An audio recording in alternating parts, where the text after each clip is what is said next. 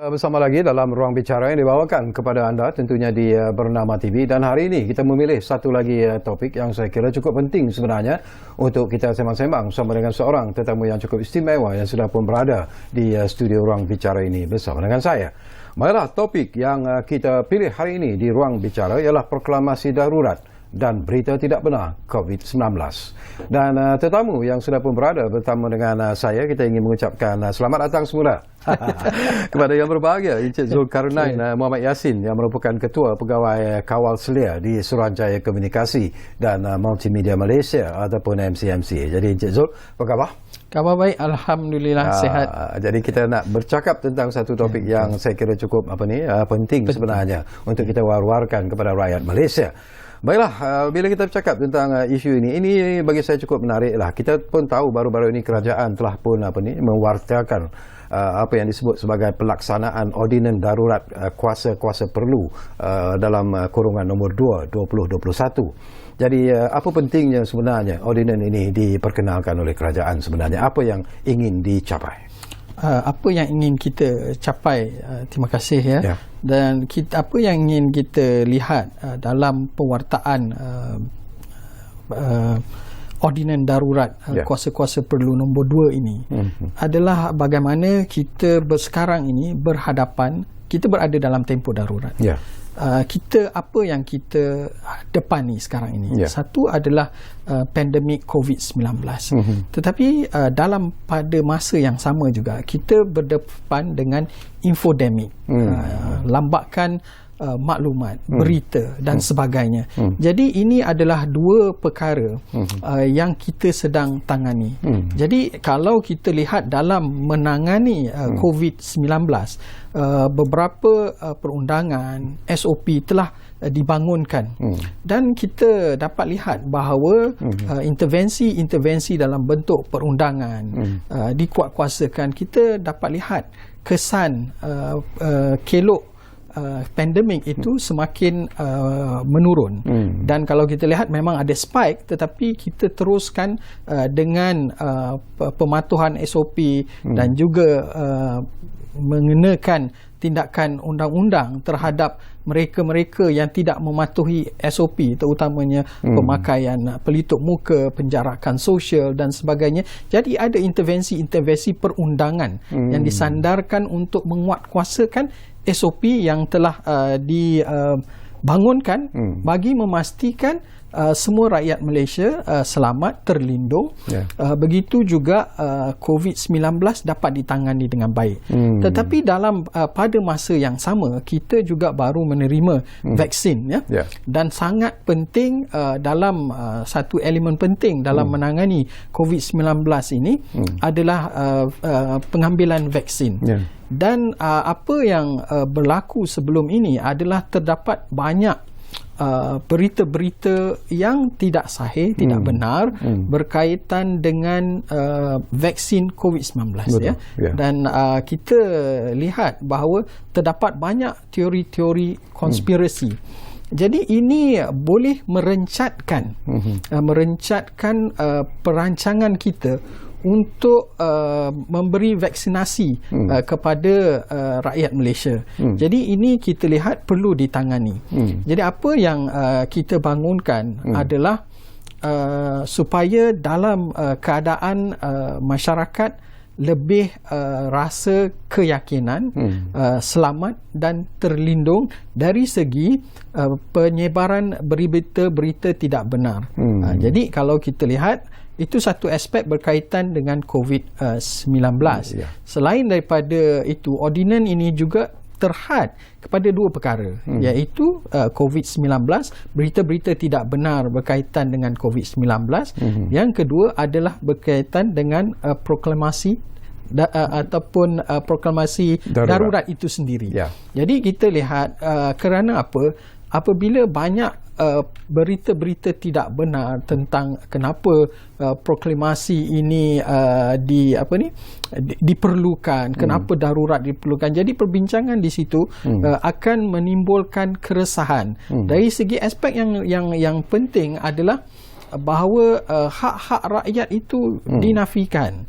Jadi penglibatan tentera untuk mentadbir negara. Jadi ini boleh mendatangkan kecelaruan dan kebimbangan dalam masyarakat. Sedangkan kita pada masa ini fokus utama adalah untuk merancangkan kegiatan ekonomi, memulihkan ekonomi, di samping itu juga menangani COVID-19 ini.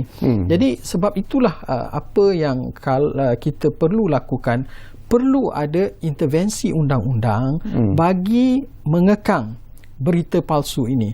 Tanpa undang-undang, dia macam sebagai contoh, kita norma baru pakai pelitup muka, tetapi kalau tak ada sandaran undang-undang, masyarakat tidak peduli. Jadi ini yang kita maksudkan adalah memberi penekanan bahawa ini perkara serius. Walaupun kita cakap norma baru, amalan baru, tetapi kita perlu ada sokongan undang-undang, penguatkuasaan undang-undang supaya nampak bahawa norma baru ini sangat penting untuk kita patuhi. Okey, saya suka bila Tuan Zul sebut tentang infodemic. Ini pun sesuatu yang cukup menarik sebenarnya. Dan kita tahu memang banyak berita-berita yang tidak benar yang disebarkan terutamanya melalui media sosial. Malah ada juga kadang-kadang berita ini dimainkan dengan sedemikian rupa seolah-olah rakyat yakin bahawa itu adalah berita benar dan sebagainya. Tetapi yang memainkan isu-isu seperti ini, yang mengecewakan kita lah, Encik Zul, bukan saja orang-orang biasa, tetapi kadang-kadang ahli-ahli politik juga turut memainkan berita-berita yang tidak benar ini dalam usaha untuk mendapat sokongan dan sebagainya. Pandangan peribadi Encik Zul sendiri, apakah ahli-ahli politik juga seharusnya lah memahami tentang bahaya bermain dengan berita-berita tidak sahih, berita-berita tidak benar ini sebenarnya, terutamanya di media sosial? Okey, kita berpandangan bahawa bagi mana-mana pihak, kita lihat kita tidak hanya melihat kepada ahli-ahli politik, kita melihat sebagai sesuatu itu dalam bentuk institusi. Okey, satu bentuk institusi adalah politik, tapi institusi yang lain adalah media. Jadi kita lihat bahawa apabila kita ini adalah dua institusi berpengaruh, dia boleh mempengaruhi minda masyarakat secara keseluruhannya. Jadi apa yang ingin saya katakan bahawa ini adalah penting untuk mereka ataupun kedua-dua institusi ini memainkan peranan mereka supaya kerana apa? Kerana apa yang kita nyatakan itu mungkin akan mempengaruhi ataupun mengundang komen-komen daripada penyokong ataupun pembaca ataupun pendengar. Jadi di sini apa yang kita nyatakan mungkin satu pendapat, satu pendapat yang bersifat kontroversi, tetapi tidak masuk lagi dalam berita palsu. Dia cuma mungkin satu penyataan yang bersifat kontroversi ataupun pertanyaan. Tetapi masyarakat di luar sana, dia akan membuat ulasan-ulasan yang boleh memerangkap diri mereka ke dalam menjadi satu kesalahan di bawah Seksyen 4 Ordinan Darurat ini.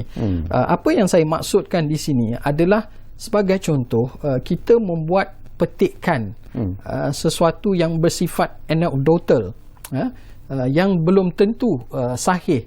Katakan saya dimaklumkan oleh doktor yang bertugas di hospital Selayang, terdapat kematian akibat suntikan vaksin. Jadi ini bersifat anekdotal. Puncanya kita tidak tahu.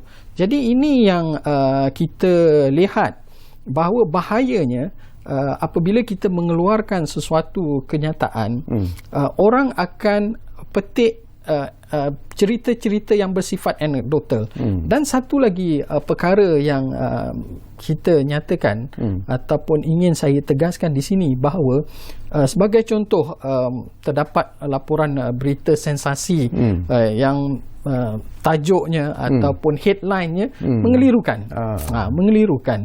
Jadi apa yang berlaku, ada pihak-pihak dalam siasatan awal kami mendapati ada orang ataupun pihak yang menggunakan akaun palsu untuk menyebarkan atau membuat ulasan terhadap tajuk tersebut dan menyebarkan berita palsu ataupun berita tidak benar. Dan apabila ini berlaku, kita lihat dua elemen. Yang pertama, dia memberi ruang dan peluang kepada elemen-elemen yang mungkin berniat jahat dan menyembunyikan diri mereka dengan melalui akaun palsu, menyamar sebagai doktor. Dia menyebut nama dia sebagai doktor, tapi itu akaun palsu. Tetapi bagi yang marhain, dia tengok itu doktor. Betul lah doktor, tetapi apa penelitian awal kami itu adalah satu akaun palsu. Jadi kita lihat di situ betapa bahayanya sesuatu isu yang bersifat kontroversi tetapi boleh dimanipulasi oleh unsur-unsur yang berniat jahat. Mungkin daripada apa yang Tuan Zul sebut ini, kita betul terang, baru-baru ini pun ada laporan dalam sebuah media tempatan, dalam sebuah akhbar tempatan mengatakan bahawa seorang jururawat meninggal dunia akibat daripada selepas disuntik dengan suntikan vaksin COVID-19. Sedangkan selepas itu baru diketahui bahawa sebenarnya jururawat ini telah pun mengalami penyakit jantung dan juga darah tinggi dan sebagainya, dan bukan disebabkan oleh suntikan vaksin COVID-19, tetapi ianya dilaporkan dengan sedemikian rupa. Ramai yang merasa terkejut, ramai yang merasa takut, ramai juga yang merasa marah. Apakah berita ini benar ataupun tidak? Jadi adakah ini satu contoh yang perlu diberi perhatian yang serius oleh rakyat sebenarnya? Ya, betul. Itu saya sangat setuju. Dalam mensensasikan berita ataupun penyampaian berita itu saya katakan bahawa ia boleh dimanipulasi kan oleh pihak-pihak yang mungkin dia daripada kumpulan anti-vaksin sebagai contoh. Jadi itu satu. Saya ulang lagi sekali bahawa akaun tersebut susulan daripada media contoh yang saya bagi itu adalah yang sebenarnya. Siasatan awal kami mendapati itu adalah akaun palsu. Jadi tetapi mungkin juga orang sambut cerita. Saya dah buka jalan, orang buka cerita dan tambah seronok, tokok tambah dengan berita palsu ataupun yang bersifat anekdotal yang tak betul. Jadi kalau kita lihat ordinan ini kalau kita lihat ordinan ini, apa yang dimaksudkan dengan berita palsu inilah apa juga berita, maklumat, data, laporan keseluruhan atau sebahagiannya palsu yang berhubung dengan COVID-19 atau proklamasi darurat, sama ada dalam bentuk rencana, visual atau rakaman audio atau dalam apa-apa bentuk lain yang boleh menggambarkan perkataan atau idea. Jadi skopnya sangat luas. Apa yang kita bimbangkan, saya kata tadi bermula daripada headline media. Orang akaun palsu, tokok tambah. Marhain, dia akan menambah lagi. Jadi ini akan menyebabkan kebimbangan dan kegusaran. Orang tak pasti yang mana satu ni. Tetapi natijahnya kita lihat impaknya daripada satu headline dimanipulasi oleh pemilik akaun palsu dan rakyat marhain komen sama ada bagi mereka yang sedar, mereka akan intervene ataupun masuk dan kata ini ataupun ini tidak beretika terus. Tetapi bagi mereka yang di luar sana yang mungkin juga mempunyai interpretasi atau perspektif yang berbeza, yang menganggap ini berita sahih. Apalagi pemilik akaun palsu itu menggunakan akronim doktor. Jadi ini yang kita lihat. Tetapi apa yang ingin kita katakan bahawa ordinan ini menangani perkara tersebut, satu dari aspek untuk mempercepatkan penguatkuasaan. Itu satu. Yang kedua, dalam menangani berita-berita palsu ini, kita boleh juga mendapatkan perintah mahkamah. Ini satu features baru dalam ordinan ini yang membolehkan pegawai yang diberi kuasa ataupun pegawai polis untuk memohon kepada mahkamah supaya individu tersebut, walaupun kita tahu mungkin itu akaun palsu, tetapi juga notis kepada penyedia platform supaya mengeluarkan kandungan tersebut. Jadi kita lihat di sini bahawa ini adalah satu proses untuk kita mantapkan siasatan dan juga penghapusan kandungan yang bersifat tidak benar. Okey, Encik Zul, kita akan berehat dulu buat seketika. Menarik sebenarnya perbincangan ini, tapi seperti biasalah kita berehat dulu, tetapi anda jangan ke mana-mana. Kembali semula sebentar saja lagi bersama kami. Ruang Bicara, mana lagi kalau bukan Bernama TV. Kita jumpa lagi.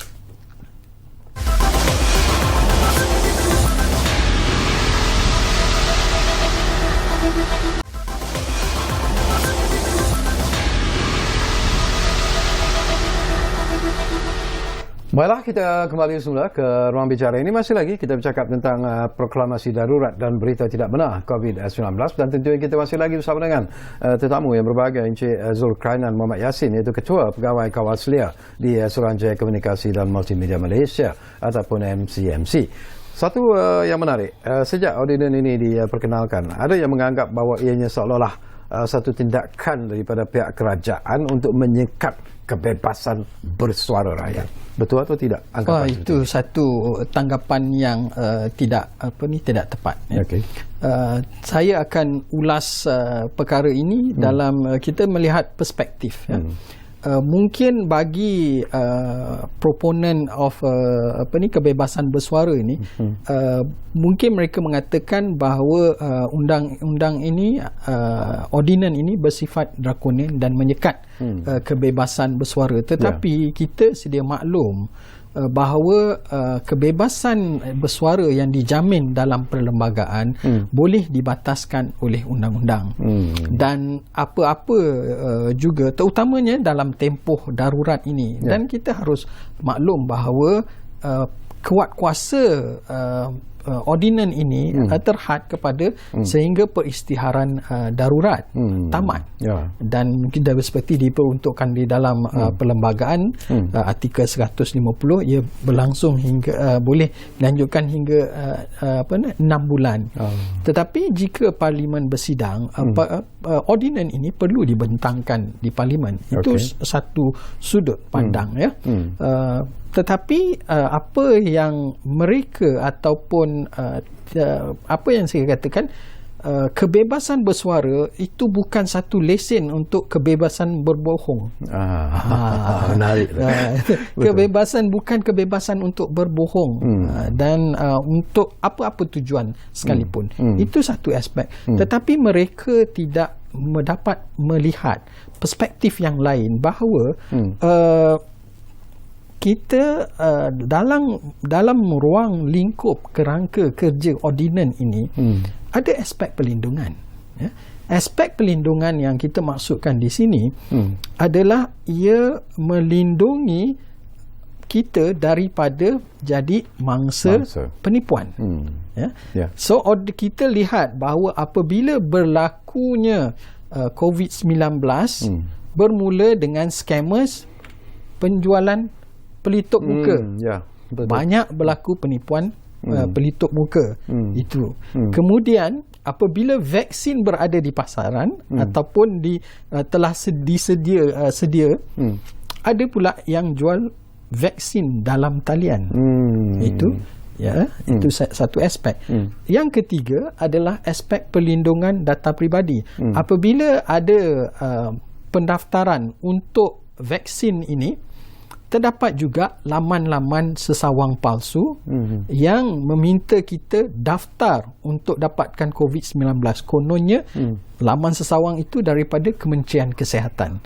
Jadi elemen-elemen ini yang tak nampak Kalau kita nampak sudut pandang kebebasan bersuara saja, kita nampak itu satu sekatan. Kita tak nampak itu satu pelindungan.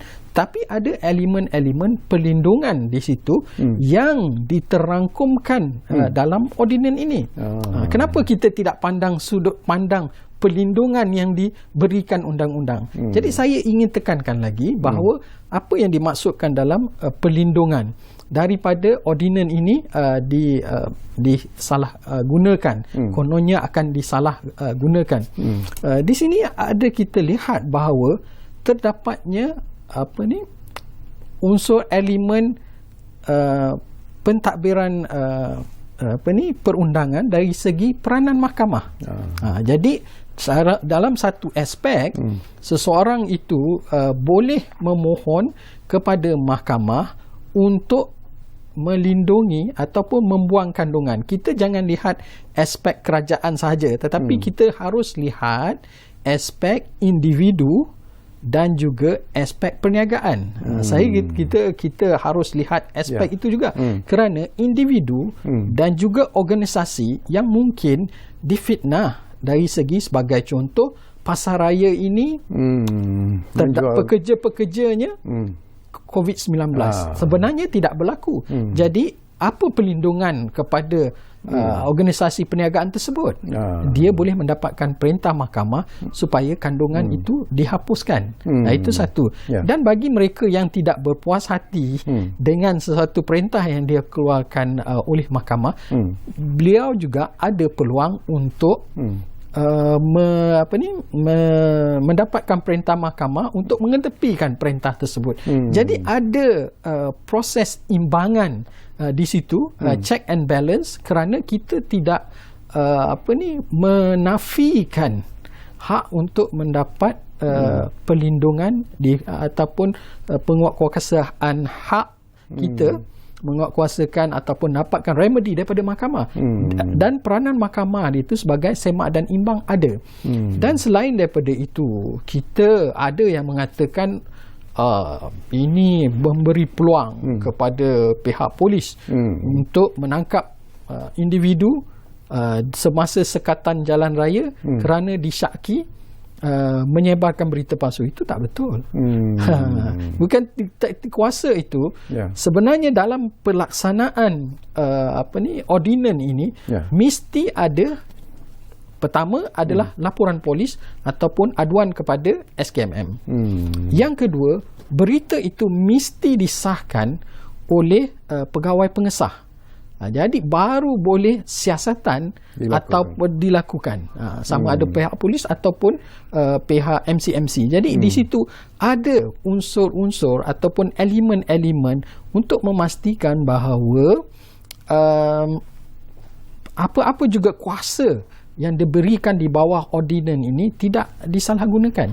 Jadi elemen-elemen perlindungan dari segi kebebasan bersuara, daripada menjalankan kuasa undang-undang ini telah dalam satu bentuk kerangka yang melindungi. Jadi itu perspektif yang harus kita lihat. Sebab tagline kita, kita jaga kita. Jadi bukan sahaja individu, institusi, tetapi perundangan juga harus dilihat menterangkumi aspek-aspek kita jaga kita. Okey.